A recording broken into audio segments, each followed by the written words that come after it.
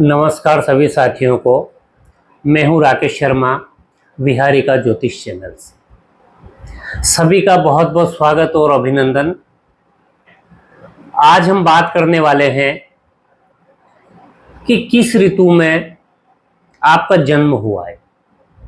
6 ऋतुएं होती है: वसंत ऋतु, ग्रीष्म ऋतु, वर्षा ऋतु, शरद ऋतु, शिशिर ऋतु और हेमंत ऋतु। अब अलग अलग ऋतु में यदि किसी का जन्म होता है तो उसके शरीर पर भी प्रभाव पड़ता है। सबसे पहले हम बात करते हैं वसंत ऋतु की। सभी ऋतुओं का राजा वसंत कहलाता है। यदि आपका जन्म वसंत ऋतु में हुआ है तो आपका शरीर की जो बनावट है वो बहुत अच्छी रहेगी।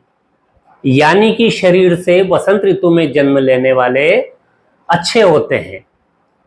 इनका पेशी तंत्र, इनका स्नायु तंत्र मजबूत होता है। वसंत ऋतु में जन्म लेने वाले सुगंध से बहुत जल्दी आकर्षित होते हैं, या फिर हम यूं कह सकते हैं कि इनकी घ्राण शक्ति अन्य व्यक्तियों की अपेक्षा अधिक होती है। अब हम बात करेंगे ग्रीष्म ऋतु में यदि आपका जन्म हुआ है। वैसे ही ग्रीष्म ऋतु में पृथ्वी का तापमान बढ़ा हुआ रहता है, तो ग्रीष्म ऋतु में जन्म लेने से जो प्रभाव पड़ता है वो सबसे पहला तो यह है कि शरीर से ये व्यक्ति कुछ कृशकाय होते हैं या दुबले होते हैं। भोग में इनका विश्वास रहता है कि भी दुनिया के कई सारे पदार्थ हैं, कई सारी वस्तुएं हैं, इनका आनंद लिया जाए। जीवन में सुख दुख का क्रम इनके लगातार चलता है। सुख को भी अनुभव करते हैं तो दुख को भी अनुभव करते हैं। लेकिन एक विशेषता होती है ग्रीष्म ऋतु में जन्म लेने वाले की कि बहुत अच्छे लेखक होते हैं, बहुत अच्छा लिखते हैं और घूमने फिरने के बहुत ही ज्यादा शौकीन होते हैं। अब लेते हैं हम वर्षा ऋतु को। वर्षा ऋतु में जिनका भी जन्म हुआ है उनकी एक सबसे अलग ही विशेषता होती है। इमली, केरी, आंवला, दही, यानी कि खट्टी चीजें जितनी भी होती है वो सब इन्हें पसंद होती है। नमकीन चीजें भी ये पसंद करते हैं। और एक और इनकी विशेषता कि माता के ऊपर इनका विशेष प्रेम होता है। वर्षा ऋतु के बाद आती है शरद ऋतु। शरद ऋतु में जिनका जन्म होता है इनके शरीर में थोड़ी वासना की अधिकता होती है।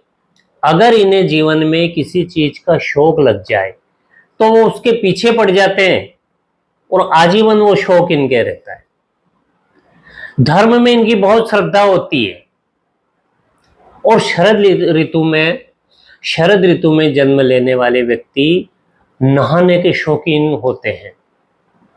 वस्त्र, नए नए कपड़े पहनना, श्रृंगार करना, जवाहरात पहनना, वस्त्र और जवाहरात का इन्हें शौक रहता है। अपने परिवार का पूरा ध्यान रखते हैं, परिवार को संभाल के चलते हैं। लेकिन शरद ऋतु में इनका जन्म हुआ है तो जीवन में वात विकार की भी इनको अधिकता होती है। यानी वात संबंधी रोग और पेट संबंधी रोग इन्हें जीवन में परेशान करते रहते हैं। बात करते हैं हेमंत ऋतु की। हेमंत ऋतु में यदि आपका जन्म हुआ है तो आप निश्चित रूप से सत्संगी होंगे। हेमंत ऋतु में यदि आपका जन्म हुआ है तो आपके जीवन में सत्संग का प्रभाव होगा। यानी कि हेमंत ऋतु में जन्म लेने वाले योगिक अर्थात योग क्रियाएं करने वाले, आध्यात्मिक और सत्संग करने वाले व्यक्ति होते हैं। सांसारिक बातों से दूर होते हैं। इन्हें संसार कभी कभी अच्छा नहीं लगता है या संसार में ज़्यादा नहीं डूबते हैं और इस संसार को जानने का प्रयत्न करते हैं कि इस सृष्टि में और क्या है, अध्यात्म क्या है, अध्यात्म की ओर अग्रसर होते हैं। बड़े कार्यकुशल होते हैं, शरीर इनका अच्छा भरा हुआ होता है और किसी भी कार्य को करने की इनकी योग्यता होती है, किसी भी कार्य को बहुत जल्दी पूर्ण कर लेते हैं अच्छे तरीके से। अब हम आते हैं शिशिर ऋतु पर। शिशिर ऋतु में यदि आपका जन्म हुआ है तो आपके जीवन में आप परोपकार करते रहेंगे, अपमान को आप सहन नहीं करेंगे, न्यायप्रिय रहेंगे और मितभाषी रहेंगे, यानी जहां जरूरत हो वहीं पर आप बोलेंगे, जो उचित हो वही आप बोलेंगे। शिशिर ऋतु में जन्म लेने वाले का परिवार बड़ा होता है, यानी बड़े परिवार का इनके कंधों पर दायित्व रहता है और किसी कार्य को अगर ये हाथ में ले ले तो उसे पूर्ण करके ही छोड़ते हैं, उसे अधूरा नहीं छोड़ते हैं। और जल के तो अति प्रिय होते हैं, नहाना तैरना ये शौक तो इनका मुख्य रूप से रहता है।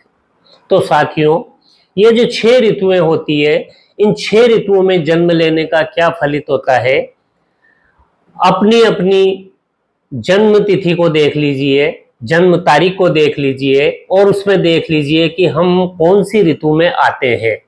शरद में, हेमंत में, शिशिर में, वर्षा में, ग्रीष्म में, बसंत में। और इस फलित को देखिए कि आपके ऊपर क्या प्रभाव पड़ता है किस ऋतु में जन्म लेने पर। देखते रहिए आप हमारे विहारिका ज्योतिष चैनल को और लाइक कीजिए, सब्सक्राइब कीजिए और कमेंट करिए। और आप सबका बहुत बहुत पुनः स्वागत और अभिनंदन। सभी का बहुत बहुत धन्यवाद।